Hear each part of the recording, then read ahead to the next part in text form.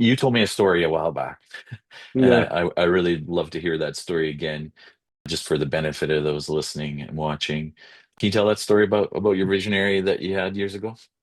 Yeah, so we had a really really great relationship, and he would walk into my office oftentimes with ideas, right? Like we talk about in the U.S., visionaries are the ones that have 20 ideas in every day, and he was 100% this. So he'd come in with ideas, and he'd be like, "Hey, what about this, this, and this?" He'd be like, "Pound sand, get out of my office, leave. Like we don't have time for this."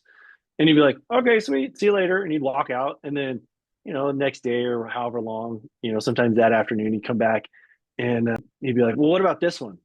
That one, like Hmm. that we need that idea just solved. Boom, boom, boom, boom, boom. Okay, let's Yeah. get and you start to go integrator. Let's pull these people in.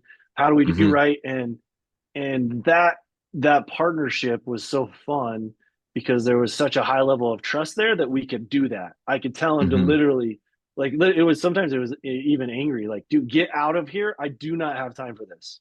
Hmm. Right. And sometimes it was his company. He could have fired me, whatever he wanted to do. Yeah. Were you an employee, Um, or were you a owner at that time? I was an employee at that time. Yeah. And Yeah. so it was incredible, but I think he knew he needed that and I knew that I needed it. And we just had to work our way there.